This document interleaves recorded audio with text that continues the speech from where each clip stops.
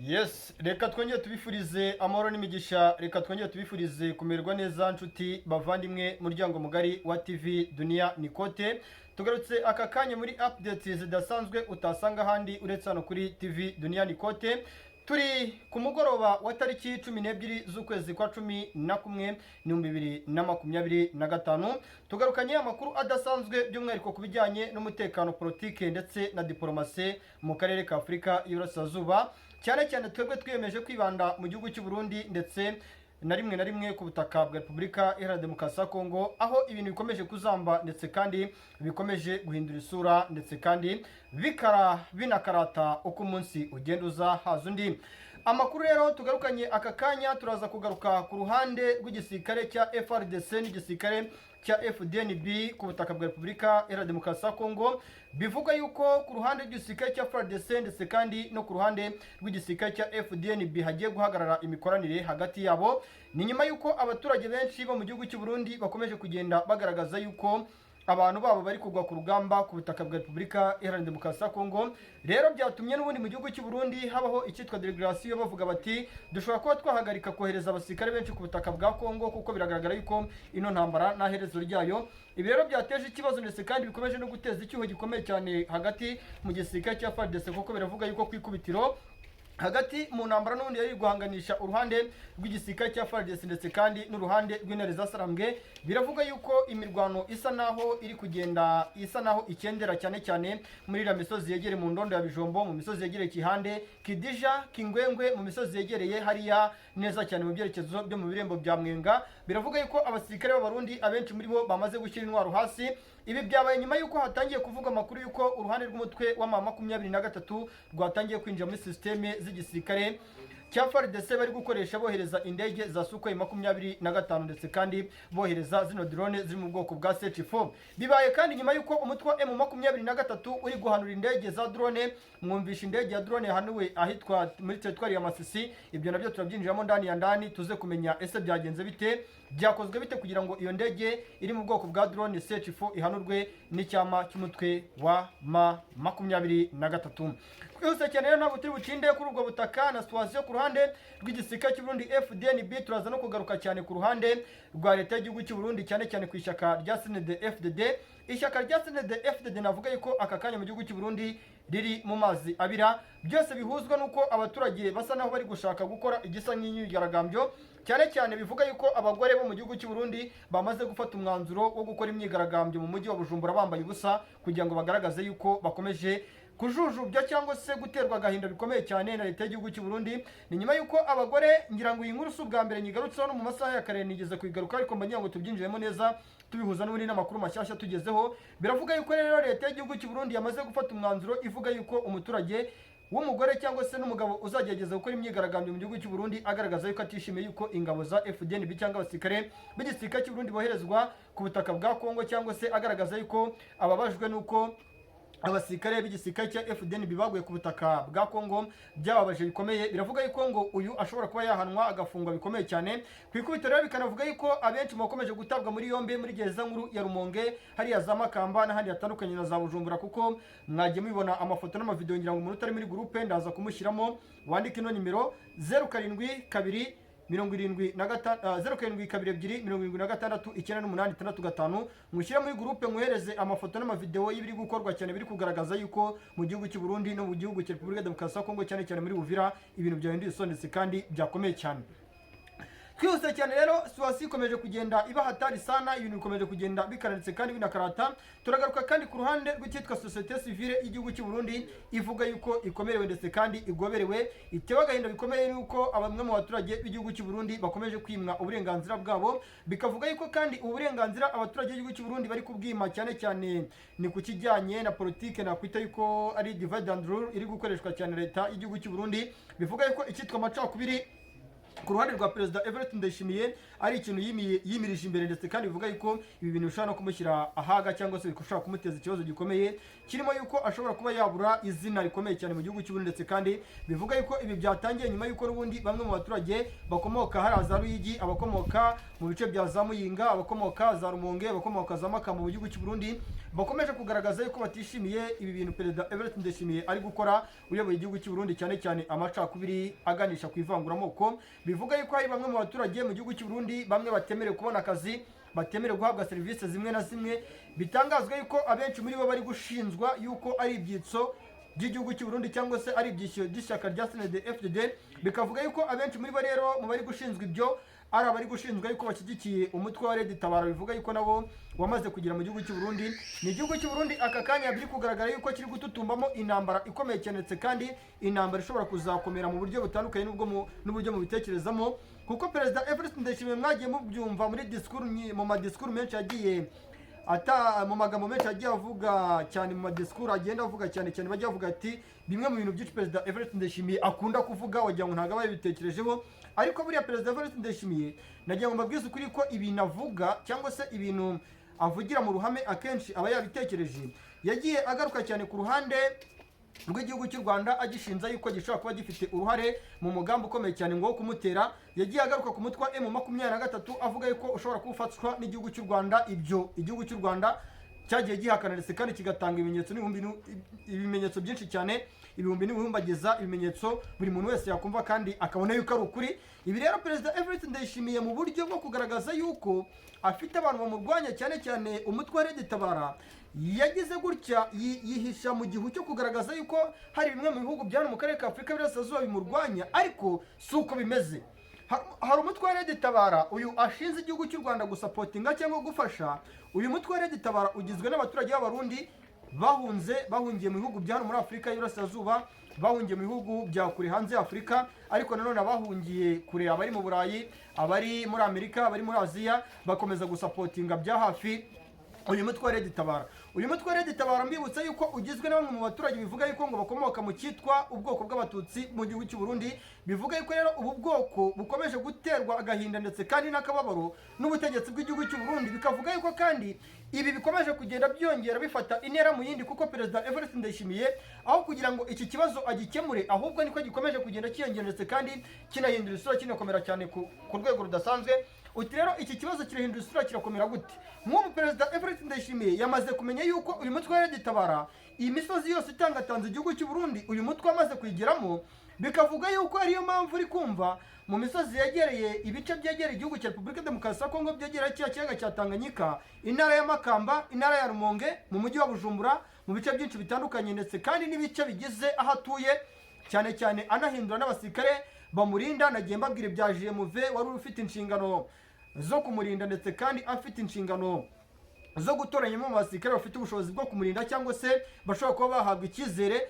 Perezida Evariste Ndayishimiye noneho ngo igikurikiyeho yatanze itegeko mu gihugu cy'u Burundi no mu gisirikare cya FDNB yuko agiye kurindwa n'umutwe wa FDLR wavuye mu Rwanda mu 1994 ukoze jenoside, ugahungira mu bihugu byo hanze birimo igihugu cya Repubulika Demokarasi ya Kongo gifite benshi cyane. Ariko mwagiye mubibona yuko imiryango mpuzamahanga yagiye ikora ubushakashatsi ku ba FDLR igihugu cya Kongo gicumbikiye. Bamwe muri bo Kisekedi Shirombo akabahereza perezida Evariste Ndayishimiye dore yuko ari inshuti y'akadasohoka. Hari bamwe bajya batera urwenya, turiya muntu wagira ngo ahubwo baranavukana, wagira ngo ni impanga ye, abandi bati amagambo ameze nk'ayo. Ariko ni ibintu ubona yuko bikomeje kugenda bifata ishusho mu yindi cyangwa se bifata intera mu yindi, ndetse kandi bikomeje no gutera ihurizo n'ikibazo kiri ku rwego ruri hejuru. Uti rero ni ikibazo kimeze gute? Nk'ubu biravugwa ndetse kandi biremezwa yuko nyuma yo kumenya amakuru yuko perezida Evariste Ndayishimiye ashobora kuba yakurwa ku butegetsi cyangwa ashobora kuba yakorerwa coup d'etat, mwabyumvishe ko witwa General Prime Niyongabo ku ikubitiro ari gushyirwa mu majwi y'umuntu ushobora kuba yatabwa muri yombi, cyangwa se biranavuga yuko perezida Evariste Ndayishimiye yamaze guta muri yombi uwitwa General Prime Niyongabo, umugaba mukuru w'ingabo z'igihugu cy'u Burundi. Ibi rero ni ibintu ubona yuko bikomeje kugenda bikomera, ariko nanone benshi barabihuza n'intambara yo ku butaka bwa Repubulika Iharanira Demokarasi ya Kongo, cyane bivuga yuko umutwe wa M23 uko igihugu cy'u Burundi gikomeza cyadivansa gishaka guhangana n'icyama cy'umutwe wa M23. Umutwe wa M23 ugizwe n'abaturage bakomoka mu gihugu cya Kongo, cyane abasore n'inkumi biyemeje guhanganira guca akarengane n'agasuzuguro, ubwicanyi bw'aba FDLR, ubwicanyi bw'ingoma mbi ya Kisekedi Shirombo n'abamubanjirize. Biragaragara yuko rero ibi bintu bikomeje kugenda bihindutse ndetse kandi binakomera cyane. Nk'ubu ngenda cyari mu mpfunyapfunyi, amakuru ntabwo ndayinjiramo neza. Biravugwa ndetse kandi biremezwa yuko uwitwa perezida Evariste Ndayishimiye nyuma yuko ashinjije umutwe wa 23 kwinjira muri systeme zo ku kibuga cy'indege cya Michael Ndada International gihagurikizwa zira drone z'intambara, agashinza igihugu cy'Ubwongereza gutanga systeme bakazihereza umutwe wa M23. Izo systeme zakoreshwaga n'igisirikare cya FDNB, abacancuro b'Abanyarumaniya, aba bacancuro bakomoka muri Amerika y'Amajyepfo, Colombia, Argentine ndetse kandi na Mexique. Biravuga yuko igihugu cy'u Burundi n'igihugu cya Repubulika Demokarasi ya Kongo bafashe umwanzuro wo gukoresha systeme z'Abarusiya kugira ngo izi systeme arizo zibafasha kurinda iki kibuga cy'indege gihagurikizwaho izi ndege hano ku kibuga cy'indege cya Michael Ndada International. Nyamuneka ibintu bikomeje kuzambanitse kandi bikomeje kugenda binahindura isura. Mbabwiza ukuri yuko igihugu cy'u Burundi kiragiraniwe, igihugu cy'u Burundi kirakomerewe. Nk'ubu umutekano mukeya uri mu gihugu cy'u Burundi nta handi hantu nigeze nkumva, kuko nk'ubu biravugwa ndetse kandi biremezwa yuko bamwe mu bayobozi b'igihugu cy'u Burundi bababajwe ndetse kandi batewe agahinda bikomeye nuko leta y'igihugu cy'u Burundi ikomeje kugenda ifata bamwe mu banyamurenge bahunze igihugu cya Kongo bavuye muri misozi ya za Fizi, zara za Karemberembe, bavuye za Baraka. Abanyamurenge bari kuva mu misozi ya za Mushereza, abanyamurenge bava za Kihande, abanyamurenge bava mu misozi ya za Kiriba, bava za Runingo. Kubw'ubwo babwici ndetse kandi ibibazo biri ku butaka bwa Kongo, biragaragara yuko rero Perezida Evariste Ndayishimiye aka kanya ndetse n'uwitwa Kisekedi Chilombo bari mu ihurizo rikomeye cyane, kuko uko bikanga umuturage uvuye muri Repubulika Demokarasi ya Kongo aravuga bati ashobora kuba ari wo muri MRDP twirwaneho. Uko bikanga umuturage uvuye ku butaka bwa Repubulika Demokarasi ya Kongo baravuga bati ashobora kuba ari wo muri M23. Ibira ni ibibazo ubona yuko mu gihugu cy'u Burundi byakomeye cyane, ariko izingiro ry'amakuru yimbitse kandi yeruye mu gihugu cy'u Burundi ibintu byakomeye cyane. Ndagira ngo duhere ku ngingo y'icyitwa ishyaka rya CNDD-FDD. Ishyaka rya CNDD-FDD nagiye mbabwira ni iri shyaka rya CNDD-FDD ryamaze gucikamo ibyiciro bigera kuri 4. Hari icyiciro cy'abashyigikiye Evariste Ndayishimiye, bamwe mu bo basangira imitungo yagakwiye kuba igira uruhare mu kugaburira cyangwa mu gufasha abaturage b'igihugu cy'u Burundi, ahubwo iyo mitungo ikigira mu bikorwa bisanzwe bya bano bafatanyije na Perezida Evariste Ndayishimiye. Aba ariko nabo bikavuga yuko hashobora kuzavamo ikibazo gikomeye cyane cy'uko aba bantu bashobora kuzisuranamo, kuko uko bikomeza kugenda bigenda uburyo bagabana ano mafaranga ava mu bikorwa bitandukanye, birimo ibikorwa bitandukanye bya leta cyane. Urumva niba ejo bundi twagiye tubona Perezida Evariste Ndayishimiye ngo ari gucuranga ngari kohereza ubutari mu bihugu byo hanze amabuye y'agaciro, bamwe mu banyepolitike batavuga rumwe n'ubutegetsi bwe baravuga bati Perezida Evariste Ndayishimiye aya mabuye y'agaciro ko agaragaza ko yayohereje, katagaragaza agaciro k'amafaranga yavuyemo. Ese ayo mafaranga avuye muri amabuye y'agaciro azaje gukora iki? Ugasanga Perezida Evariste Ndayishimiye we n'ubundi aravuga ati ngerekane iyo nkomeze niyubakira amahoteli mu Bwongereza, mu Bufaransa, nkomeze niyubakize amahoteli mu Bubiligi. N'ubundi byanashoboka yuko nshobora kubona nakwicwa na bamwe mu basirikare, nshobora kubona nakwicwa na bamwe mu banyepolitike dufatanyije kuyobora igihugu. Birashoboka yuko nshobora kuba nakorerwa kudeta. Muri rusange witwa Perezida Evariste Ndayishimiye we nta cyizere afitiye igihugu cy'u Burundi, nta cyizere afitiye kuyobora igihugu cy'u Burundi. Urabona yuko ari mu ihurizo rikomeye ryo kwibaza bati se ibi bintu bizarangira gute? Ni igihugu cy'u Burundi rero nababwiza ukuri ko ibyacyo bikomeje kuzambanitse kandi binakomera cyane. Ni igihugu cy'u Burundi ibyacyo nababwiza ukuri ko twese turi kwibaza bati se ihurizo igisubizo kiri hurizo riri muri iki gihugu riraza kurangira gute? Ibi rero bihuzwa nuko n'ubundi ukitwa umutwe wa Red Tabara usanzwe uzwi urwanya ubutegetsi bw'igihugu cy'u Burundi wamaze kwambarira urugamba ndetse kandi bivuga yuko imisozi ya za Kirundo, imisozi ya za Ruyigi, imisozi ya za Cibitoke, ikitwa Red Tabara bari gukeka ndetse kandi bari kwemeza yuko yamaze kugera kuri n'ubutaka bw'igihugu cy'u Burundi. Biraza kurangira gute rero ko ibi bintu biri buze gukomera ndetse kandi biri buze no kuba ihurizo? Bijyana nuko rero igisirikare cy'u Burundi aka kanya ndetse na leta y'igihugu cy'u Burundi bakomeje kohereza abasirikare ku butaka bwa Repubulika Demokarasi ya Kongo. Bikanavuga yuko nyuma yuko abasirikare b'igisirikare cy'u Burundi FDNB bakomeje kubarasira umugenda mu misozi yo muri Sud Kivu, mu misozi yo muri Kivu y'Amajyaruguru, ikitwa abagore bafite abagabo mu gisirikare cya FDNB. Ndongera mbisubiremo na kare nabisubiyemo, bari kuvuga bati twebwe ntabwo turi bwemere aka karengane, ntabwo turi bwemere aka gasuzuguro k'uyu mugabo urajwe inshinga no kungukira ku baturage b'igihugu cy'u Burundi, kandi bigaragara yuko inzara mu gihugu cy'u Burundi, ibikorwa remezo birimo imihanda, amashuri ndetse n'ibyo bitaro n'ibindi bitandukanye, gutekereza kubyubaka cyangwa se kugira ngo arebe uburyo ki azana iterambere mu gihugu cyacu, ari ibintu ubona bikomeje kugenda bigura intege, ahubwo we akomeje kugenda akora buri kimwe cyose gishoboka kugira ngo asahurire mu nduru. Nyamuneka rero ibintu byakomeye. Nk'ubu hari imisada y'abasirikare b'abarundi FDNB, ku munsi w'ejo ndimo ndababwira nti mu gihugu cy'u Burundi hari abasirikare bagera ku 3600 boherejwe baciye ku muhanda Gatumba, ni umuhanda uri mu majyaruguru y'ikiyaga cya Tanganyika uva Bujumbura, ni umuhanda Uvira Bujumbura uva muri biriya bicuri mu majyaruguru y'ikiyaga cya Tanganyika. Uyu muhanda rero ejo ndetse no mu masaha mu gitondo nagiye mbabwira ni imisada y'abasirikare b'igisirikare cy'u Burundi ikomeje koherezwa, ariko bamwe mu basirikare b'abarundi bari kugera mu misozi ya za Minembwe, bagera hariya za Mwenga, bagera mu Birembo, bagera za Kagogo, bagera za Karemberembe, bagera za Baraka, bagera za Mushereza, bagera mu misozi y'Umurenge hariya muri Sud Kivu. Abenshi muri bo bagakuramo impuzankano zabo ngo bakajya kwiyakira imirimo y'ubushumba ku butaka bwa Repubulika Demokarasi ya Kongo. Bakavuga ati ariko urupfu rurarutana, aho kugira ngo nicwe n'iwacu ntibazamenye n'urupfu rwanjye, cyangwa se n'umugore wanjye ntazankingure, cyangwa umuryango wanjye ntuzankingure. Igisigaye noneho ngiye gukora nta kindi, ngiye gukora iki? Gahunda isigaye ngiye kwaka akazi k'ubushumba, gahunda isigaye ngiye kwibera umukarani. Ibintu ubona yuko uko umunsi ugenda uzahaza undi bikomeje kuba ikibazo. Icyitwa abasirikare bagera kuri 815, abasirikare 815 bamaze kuburirwa irengero hagati mu kwezi kwa 10 n'ukwezi kwa 11. Ubwo wakwibaza uti se leta y'igihugu cy'u Burundi cyangwa igisirikare cy'u Burundi iragana? Icyo gisirikare cy'u Burundi cyoherezwa ku butaka bwa Repubulika Demokarasi ya Kongo, ibyacyo ni ibi. Ariko tugasubira inyuma tubisesengura dutongwamura tutagamije guserereza, bikavuga yuko n'abasirikare boherezwa ku butaka bwa Repubulika Demokarasi ya Kongo ku ruhande rw'igisirikare cya FDNB akenshi haba hakoreshejwe n'icyitwa ivanguramoko. Bikavuga yuko uwitwa Perezida Evariste Ndayishimiye abenshi mu bo yohereza muri kiriya gihugu bivuga yuko ngo aravuga ngo nimugende ku butaka bwa Repubulika Demokarasi ya Kongo mujye guhangana na bene wanyu. Nibyo uwitwa ngo Perezida Evariste Ndayishimiye akoresha, niyo systeme akoresha. Bikavuga yuko bamwe mu basirikare ba FDNB bisanga bari ku butaka bwa Repubulika Demokarasi ya Kongo.